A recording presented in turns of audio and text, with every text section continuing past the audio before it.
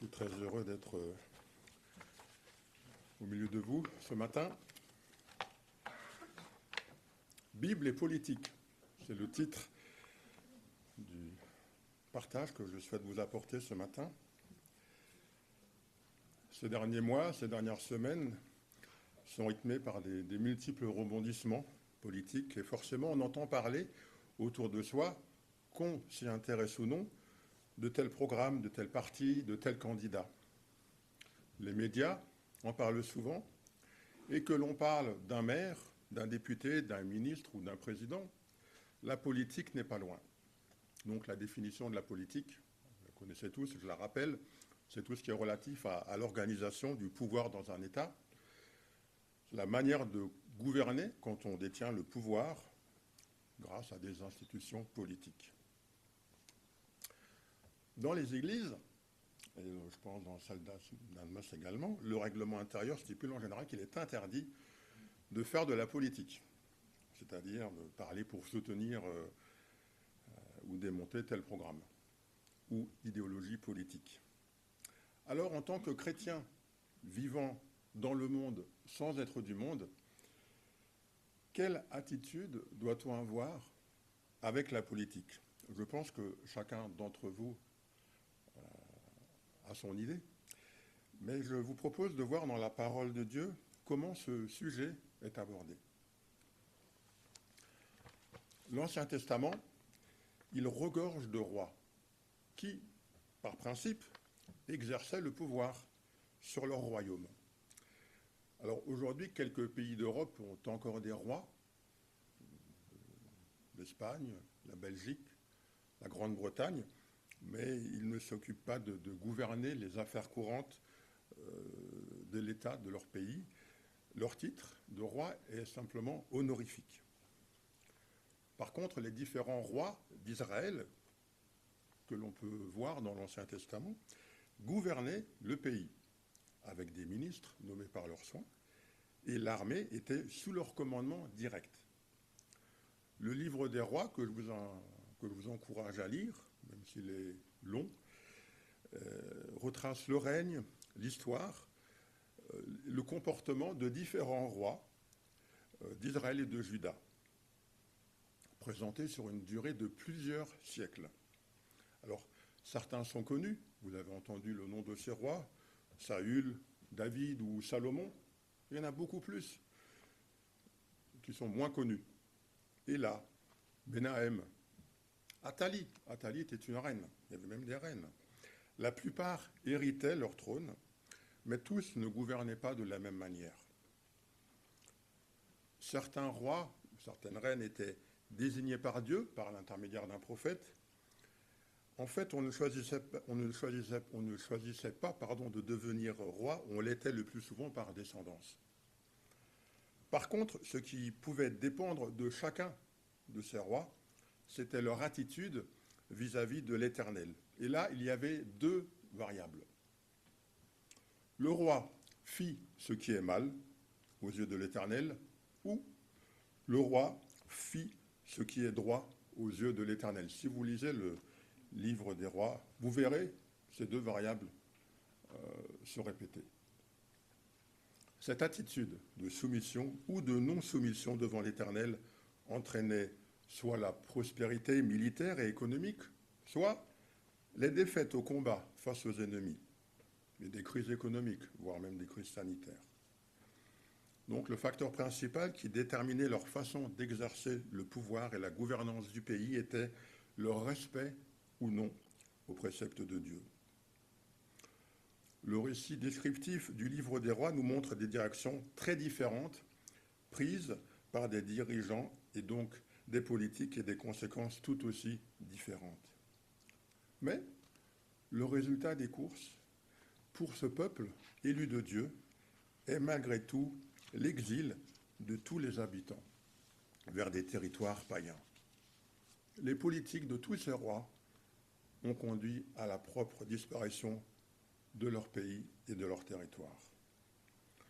Alors dans l'Ancien Testament, il y a aussi eu des ministres mémorables et exemplaires. Je vais en citer deux que vous ne pouvez pas ne pas connaître. Daniel qui qui est connu pour le récit de la fosse au lion, où il fut jeté à cause de sa fidélité sans faille à l'Éternel. Eh bien, il a aussi été un homme d'État officiel pour s'occuper des affaires publiques du royaume de Babylone. La politique est devenue son quotidien. Et l'une des raisons de son ascension vers le pouvoir était justement sa conduite exemplaire devant Dieu, mais aussi devant les hommes, et plus particulièrement devant le roi Nebuchadnezzar. C'est ce même roi qui a fait de ce jeune homme un ministre sur son royaume. Ce même roi qu'il avait jeté dans la fosse au lion, qui avait voulu sa mort. Tout séparait ces deux hommes, et surtout Dieu.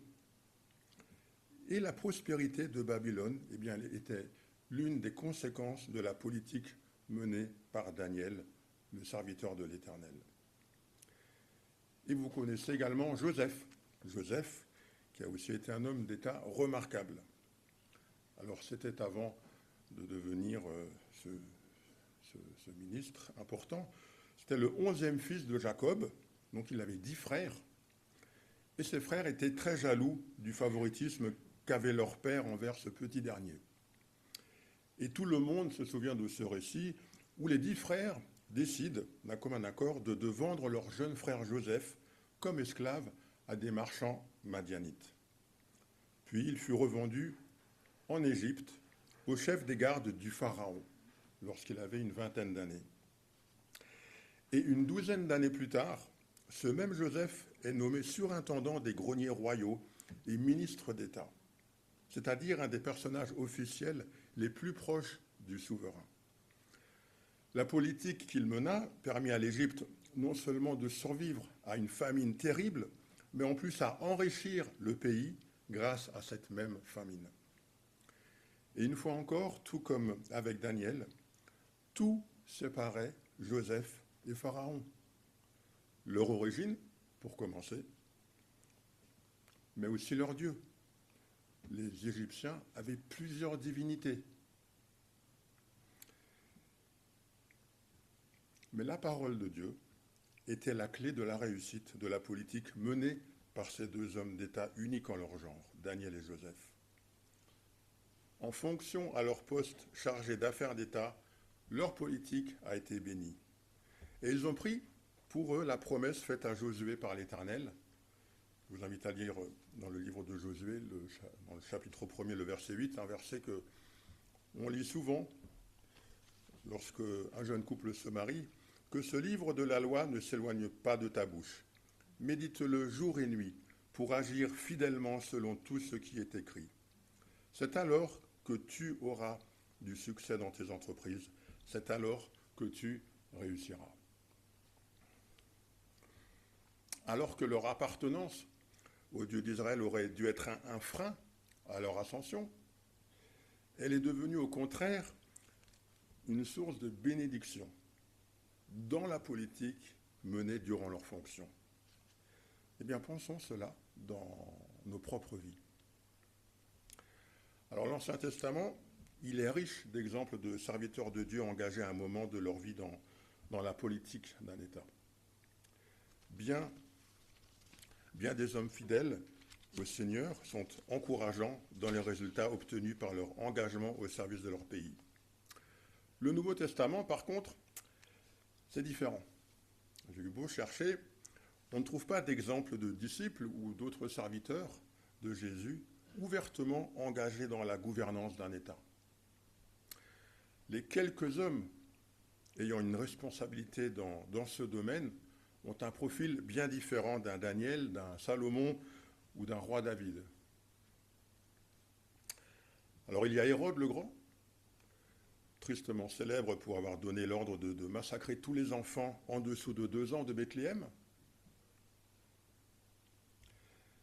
Vous vous souvenez de ce récit que l'on lit souvent à la période de Noël. Sa soif de pouvoir, à Hérode le Grand, lui a fait perdre la tête. Un peu d'histoire, ça n'apparaît pas dans les évangiles, mais cet homme a fait mettre à mort une de ses femmes, sa favorite, les 2 fils de celle-ci, et encore un autre de ses fils. Un autre responsable politique, César Auguste, qui vivait à la même époque que lui, a d'ailleurs dit de lui « Il vaut mieux être le porc d'Hérode que son fils ». Sa cruauté avait ruiné sa popularité et sa politique était à l'image du personnage. Il y a aussi Ponce Pilate, qui a présidé le procès de Jésus. C'était un homme de caractère, inflexible, impitoyable et obstiné. Des traits de caractère, somme toute, très utiles pour un homme politique, même aujourd'hui. On constate dans les évangiles que Pilate semble disposé à juger selon la justice. Concernant Jésus, il a proclamé par 3 fois le constat de son innocence flagrante, ce qui aurait dû permettre la libération. Mais les intérêts de Pilate passaient avant tout. Alors il a décidé, ce qui se voit couramment à notre époque également, il a fait un compromis pour ne pas se rendre impopulaire. Mieux vaut la mort d'un homme, même innocent, que voir sa carrière politique perturbée par quelques troubles. Pour ce gouverneur, la politique prévalait sur la justice. Je vais sortir du Nouveau Testament et je vous invite à faire un saut de 3 siècles dans l'histoire. En 306 après Jésus-Christ, durant une époque nommée la Grande Persécution, un empereur romain, les Romains étaient toujours là, Constantin, a garanti aux chrétiens une tolérance qui équivalait à la reconnaissance du christianisme comme religion.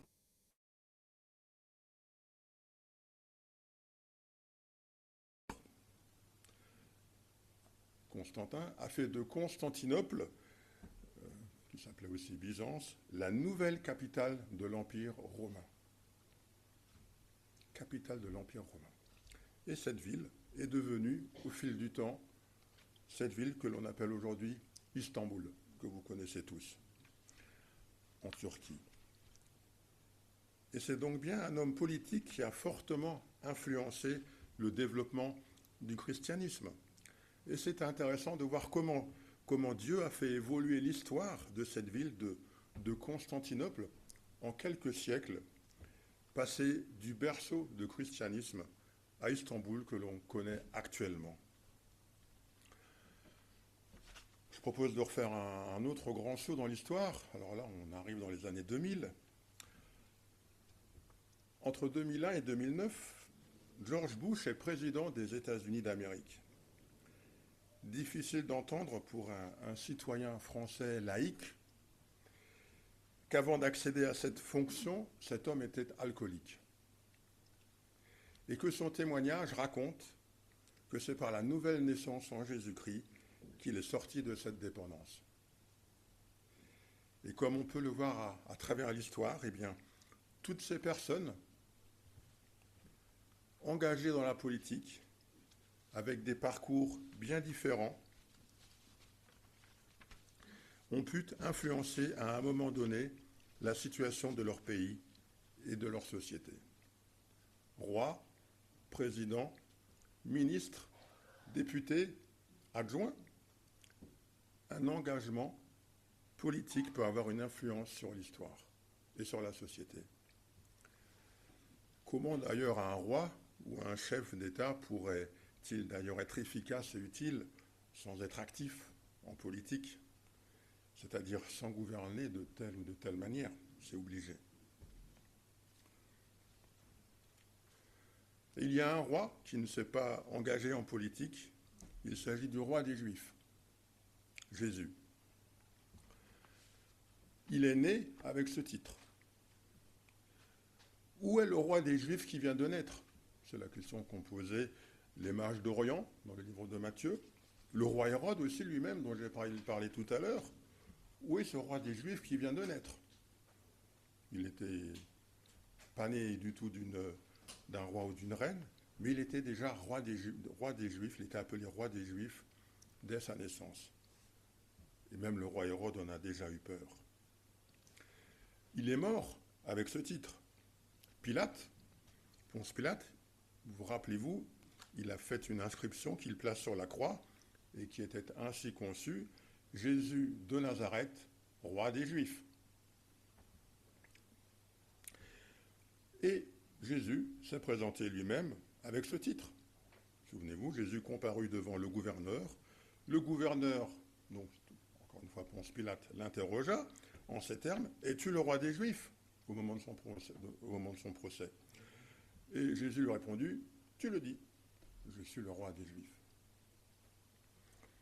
Alors un roi qui se proclame comme tel, qui ne gouverne pas et ne souhaite pas le faire, ça ne s'était jamais vu et ça ne se voit toujours pas.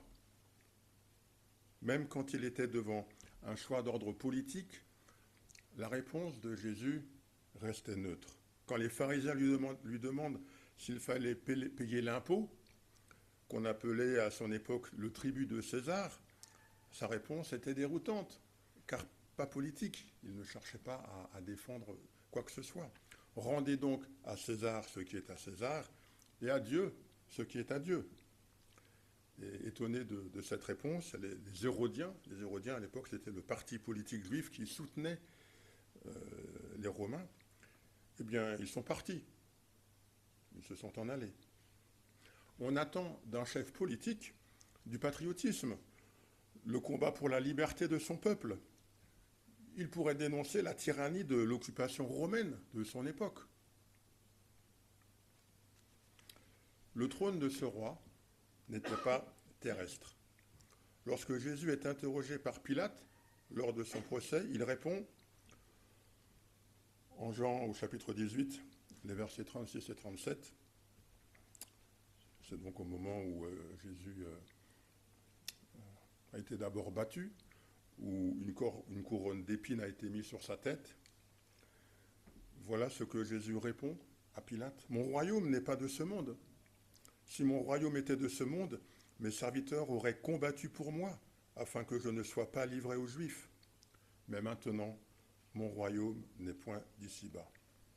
Pilate lui dit: tu es donc roi? Jésus répondit: tu le dis, je suis roi. Je suis né et je suis venu dans le monde pour rendre témoignage à la vérité. Quiconque est de la vérité écoute ma voix. Jésus dit: mon royaume n'est pas de ce monde. Jésus, lors de sa venue, ne souhaitait pas se substituer aux autorités existantes, qu'elles soient militaires, politiques, civiles ni juridiques. Je souhaite vous lire un autre passage dans l'évangile de Luc, au chapitre 12, les versets 13 et 14. Quelqu'un dit à Jésus du milieu de la foule: Maître, dis à mon frère de partager avec moi notre héritage. À l'époque, il existait le droit d'aînesse qui permettait au fils aîné d'avoir le double de ses frères et sœurs. Alors, quand on était l'aîné, on trouvait peut-être ça sympa, mais quand on était frères et sœurs, on ne trouvait pas ça forcément très juste. Et donc, quelqu'un, il n'est pas précisé pourquoi cet homme se plaignait de son cas, mais ça aurait pu être ça, ou c'était peut-être autre chose. Mais il demande à Jésus de dire à son frère de partager avec moi son héritage. Et Jésus lui répondit: ô homme, qui m'a établi pour être votre juge ou pour faire vos partages? Puis il leur dit: gardez-vous de toute avarice, car la vie d'un homme ne dépend pas de ses biens, même s'il était dans l'abondance.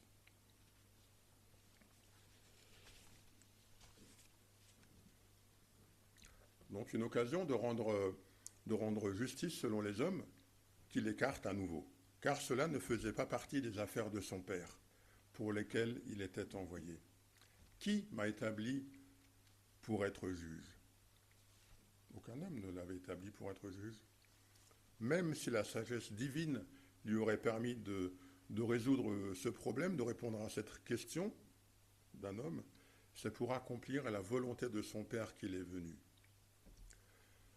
Je vous invite à lire l'entièreté de l'évangile de Jean au chapitre 12, qui répond ensuite par une parabole. Un roi qui ne prend pas position, qui laisse la politique aux autres.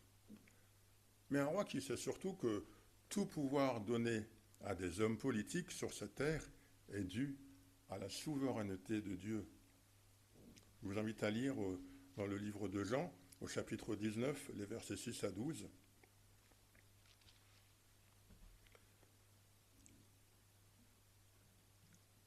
Lorsque les principaux sacrificateurs et les huissiers le virent, ils s'écrièrent « Crucifie, crucifie !» Pilate leur dit « Prenez-le vous-même et crucifiez-le, car moi je ne trouve point de crime en lui. » Les Juifs lui répondirent « Nous avons une loi, et selon notre loi, il doit mourir parce qu'il s'est fait fils de Dieu. » Quand Pilate entendit cette parole, sa frayeur augmenta. Il entra dans le prétoire et il dit à Jésus « D'où es-tu » Mais Jésus ne lui donna point de réponse. Pilate lui dit « Est-ce à moi que tu ne parles pas ? Ne sais-tu pas que j'ai le pouvoir de te crucifier et que j'ai le pouvoir de te relâcher ?» Jésus répondit « Tu n'aurais sur moi aucun pouvoir s'il ne t'avait été donné d'en haut. » C'est pour celui qui me... tu n'aurais sur moi aucun pouvoir s'il ne t'avait été donné d'en haut. C'est pourquoi celui qui me livre à toi commet un plus grand péché. Dès ce moment, Pilate cherchait à le relâcher, mais les Juifs criaient « Si tu le relâches, tu n'es pas ami de César. Quiconque se fait roi se déclare contre César. » Jésus dit « Tu n'aurais sur moi aucun pouvoir s'il ne t'avait été donné d'en haut. » Trop peu d'hommes d'État réalisent que la place qu'ils occupent est avant tout un choix de Dieu. Que ce soit un mauvais roi, un bon président, un dictateur tyrannique, aucun n'échappe à la toute-puissance de l'Éternel. Ça peut paraître difficile à comprendre, à admettre. L'apôtre Paul donne d'ailleurs cette recommandation parfois difficile à comprendre et à appliquer aux premiers chrétiens, dans Romains au chapitre 13, le premier verset, que toute personne soit soumise aux autorités extérieures, car il n'y a point d'autorité qui ne vienne de Dieu, et les autorités qui existent ont été instituées par Dieu. Je vous rappelle que quand cela a été écrit, on était sous le règne de l'empereur Néron. Je ne sais pas s'il vous parle. C'est un despote sanglant qui déclenche la persécution des premiers chrétiens après le fameux incendie de Rome. Et je ne veux pas vous détailler les supplices qui étaient infligés à cette époque aux chrétiens, mais c'était atroce. Et pourtant, que toute personne soit soumise aux autorités extérieures, car il n'y en a point qui ne viennent de Dieu. La politique ne mène pas vers Dieu. Néanmoins, bien des hommes de Dieu ont servi leur pays en incluant les préceptes divins dans leur gouvernance. Mais il y a un élément dans la politique qui rend délicat cet exercice. C'est le pouvoir qui l'engendre. Le pouvoir quand on a la politique. D'ailleurs, je vais relire encore cette réponse de Jésus quand Pilate s'adresse à lui, quand il lui dit « Mais moi j'ai tout pouvoir sur toi. J'ai le pouvoir de te crucifier ou de te relâcher. C'est ce qu'a dit un gouverneur romain il y a 2000 ans. J'ai trouvé un exemple d'un contemporain de notre époque, un chef d'État qui, très peu de temps après avoir été élu, a dit ces quelques mots « Je suis le maître des horloges ». Le pouvoir. Les prophéties bibliques annoncent un gouvernement mondial vers la fin des temps. Et c'est l'Antéchrist qui en tiendra les rênes. Le prince de ce monde jusqu'au retour de notre Seigneur Jésus-Christ, c'est Satan. Et il a pour vocation à obtenir le plus de pouvoir possible sur cette terre. La politique mondiale sera l'instrument utilisé par Satan pour défier Dieu.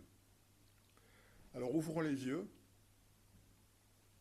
dans le monde dont nous ne sommes pas, mais dans lequel nous vivons, et regardons comment s'articulent et se développent les alliances entre les nations, des grandes nations. Cela existe déjà dans le domaine économique, où il y a des grandes fusions entre de grands groupes, pour être plus forts, eh bien les grandes puissances politiques en prennent aussi le chemin pour s'assurer un pouvoir toujours plus important. Alors quelle attitude peut-on avoir face aux révélations bibliques? Eh bien la politique a besoin du pouvoir. Jésus ne s'en est pas approché. Pas plus du pouvoir que de la politique. Je vais vous lire ce verset dans Matthieu 25, chapitre 25, les versets 31-32. Mais un jour, Jésus viendra dans sa gloire avec tous les anges, et il s'assiera sur le trône de sa gloire. Toutes les nations seront assemblées devant lui.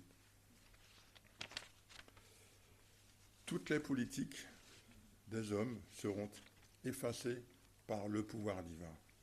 Et c'est cette vision, c'est cette perspective qui doit définir notre attitude, que nous soyons engagés ou pas dans la politique, que nous soyons intéressés ou pas par la politique. Jésus a dit, cherchez premièrement le royaume de Dieu et la justice de Dieu, que Jésus seul gouverne chacune de nos vies premièrement.